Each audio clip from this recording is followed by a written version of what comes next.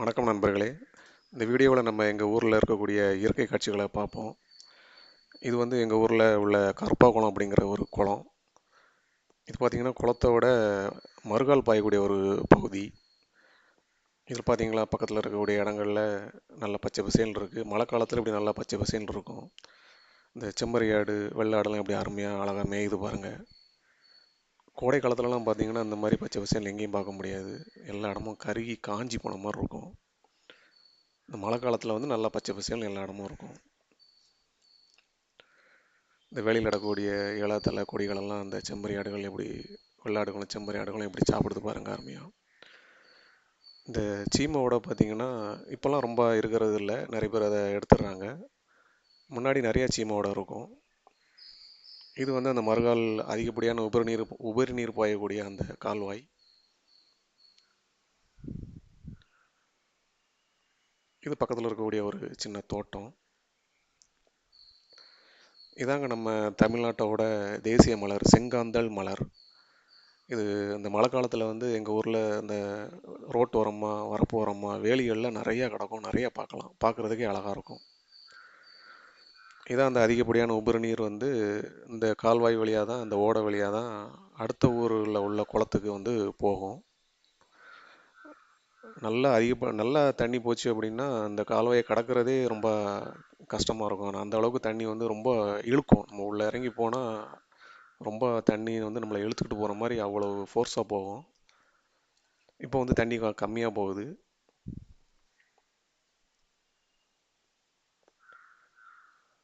அங்கே ஒரு கொக்கு நிற்கிது பாருங்கள். இந்த கொக்கு வந்து கொஞ்சம் வித்தியாசமாக இருந்தது.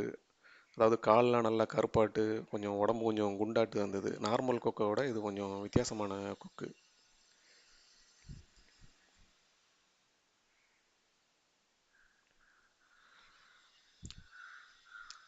நாங்கள் மழை காலத்துலலாம் அந்த ஓடையில் வந்து குளிப்போம், துணி துவைப்போம். எல்லாம் அந்த ஓடைக்கு வரும் குளிக்கிறதுக்கு, துணி துவைக்கிறதுக்கு. நல்லாயிருக்கும், தண்ணி அருமையாக இருக்கும். நல்லா துணி துவைச்சா நல்லா அழுக்கு போகும், சோப்பு நல்லா நுர வரும். இதாங்க அங்கே பார்த்தீங்களா நிறையா, அது வந்து நாரை அப்படின்னு சொல்லுவாங்க, இந்த செங்கால் நாரைன்னு சொல்லுவாங்க. அந்த மாதிரி நிறையா விதவிதமான பறவைகள் வந்து மழை டைமில் வந்து எங்கள் ஊருக்கு வரும். இந்த குளத்தை சுற்றி நிறைய கிடக்கும். இதான் அந்த அதிகப்படியான உபரி நீர் போகக்கூடிய அந்த கழுங்குன்னு சொல்லுவாங்க. இதுக்கு பேர் இந்த 4-5 கல் நட்டு வச்சுருக்காங்க பார்த்தீங்களா, கழுங்குன்னு சொல்லுவாங்க. இது வழியாக தான் அந்த அதிகப்படியான உபரி நீர் வந்து வெளியேறும். குளம் வந்து ஒரு முழு கொள்ளளவு அடைஞ்ச உடனே அந்த உபரி நீர் எல்லாமே அதிகமான நீர் எல்லாமே இந்த வழியாக வந்து அடுத்த குளத்துக்கு வந்து போயிடும். இங்கே நிறையா குட்டி மீன்கள்லாம் கிடக்கும். தண்ணி நல்லா தெளிவாக இருக்கும்.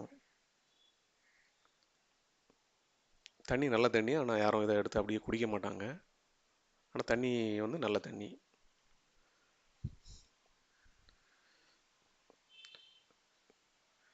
இது வந்து குளத்தோட ஒரு பகுதி.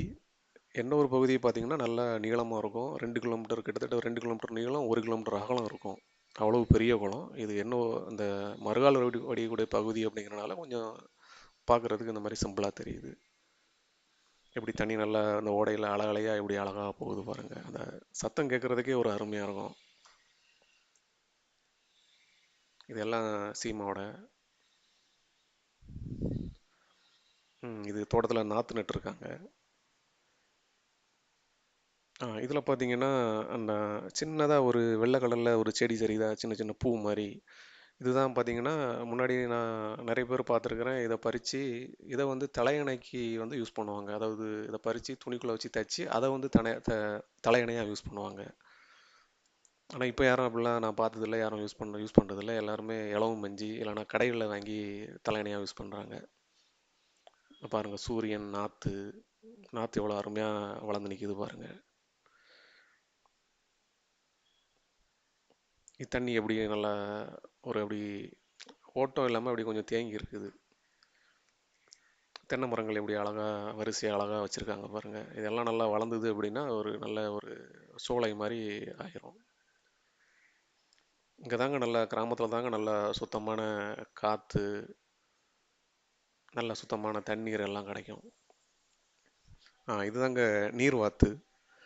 நான் பறந்து போகுது பார்த்தீங்களா, இந்த நீர்வாத்து வந்து குளத்துல தண்ணி நிரம்பினோன்னா எங்கேருந்து வருமோ தெரியாது, வந்துடும். நல்லா உள் நீச்சல் வெளி நீச்சல்லாம் அடிக்கும். நல்லா ஜாலியாக குளத்துக்குள்ளே சுத்தம். அதுக்கப்புறம் குளம் வற்றின உடனே அப்புறம் இந்த வாத்தை நம்ம பார்க்கவே முடியாது. குளத்துல தண்ணி இருக்கும்போது மட்டும்தான் அந்த வாத்தை நம்ம பார்க்க முடியும். கருப்பு கலரில் இருக்கும்.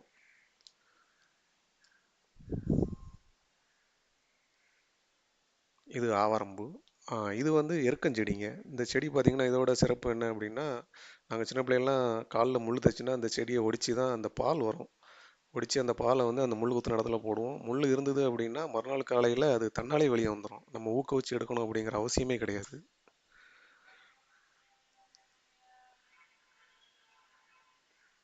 இந்த ஆவாரம்பூ பார்த்தீங்கன்னா அந்த ரோட்டில் ரெண்டு பக்கமும் நிறைய நிற்குது. இதாங்க மலை மாடு அப்படின்னு சொல்லி சொல்லுவாங்க எங்கள் ஊரில். இந்த மலை மாடுல விசேஷம் என்ன அப்படின்னா இதுக்கு மூக்காஞ்சரடு கயிறு எதுவுமே இருக்காது. நிறையா இந்த மாதிரி மலை மாடுகள் உண்டு எங்கள் ஊரில். எல்லாமே நல்லா கூட்டம் கூட்டமாக மேயும் நல்லாயிருக்கும். அதாவது அமைதியான மாடுங்க, யாரையும் எந்த தொந்தரவும் பண்ணாது. இது வந்து அந்த குளத்தோட என்ன ஒரு பகுதி நான் சொன்னால 2 கிலோமீட்டர் நீளம் 1 கிலோமீட்டர் அகலம் இருக்கும்னு சொல்லிட்டு அந்த பகுதி. இதில் வந்து கொஞ்சம் பாசி படர்ந்து இருக்கு. இதாங்க அடுத்து பாருங்க எப்படி மாடுகள் எப்படி அருமையாக அந்த புல் சாப்பிட்டுட்டு இருக்கு பாருங்க. நாயை பாருங்களேன் எப்படி அழகா அந்த மாடுகள்கிட்ட விளையாண்டுட்டு இருக்கு பாருங்க. இந்த நாய் பார்த்தீங்கன்னா வித்தியாசமாக இருக்குதா, இதான் வந்து கன்னி நாயின்னு சொல்லுவாங்க. அதாவது நல்லா உடம்பு நல்லா நீளமாக இருக்கும், வாயும் நல்லா ஊச்சியாட்டு கூர்மையாக நல்லா நீளமாக இருக்கும், நல்லா நாயும் நல்லா வளர்த்தியாக இருக்கும். கன்னி நாய் அப்படின்னு சொல்லி சொல்லுவாங்க. இது பார்த்தீங்கன்னா எங்கள் ஊர் பக்கத்தில் கண்ணநல்லூர் அப்படின்னு ஒரு ஊர் இருக்குது. அந்த ஊரில் நிறைய பார்க்கலாம். அங்கே தான் அந்த நாய் வந்து ஃபேமஸ். இப்போ யாருக்காவது கனி நாய் வேணும் அப்படின்னா நேரே அந்த கண்ணநல்லூரில் போய் தான் அந்த நாய்க்குட்டியை வாங்கிட்டு வருவாங்க. அங்கே தான் அந்த கனி நாய் வந்து நல்லா இருக்கும், நல்லா ஃபேமஸ். இது வந்து வேட்டைக்கு நிறைய பேர் பயன்படுத்துவாங்க. அதுக்கப்புறம் பார்த்தீங்கன்னா வீட்டு காவலுக்கும் பயன்படுத்துவாங்க, தோட்டத்தில் காவலுக்கும் பயன்படுத்துவாங்க. நல்லா குலைக்கும். என்ன சொல்கிறது, கொஞ்சம் அமைதியான நாய் தான், ஆனால் யாரையும் லேசில் கடிக்காது. ஆனால் நல்லா குலைக்கும். ஆனால் ராத்திரி யாராவது தெரியாதவங்க வந்தால் நல்லா குலைக்கும், அவங்கள கடிக்க கூட போயிடும், கடிச்சு கூட வச்சிரும். அந்த அளவுக்கு எனது ஆவேசமாக இருக்கும். நல்ல ஒரு அருமையான நாய். அடுத்த வீடியோவில் சந்திப்போம். எங்கள் சேனலை சப்ஸ்கிரைப் பண்ணுங்கள், பெல் பட்டனை கிளிக் பண்ணுங்கள்.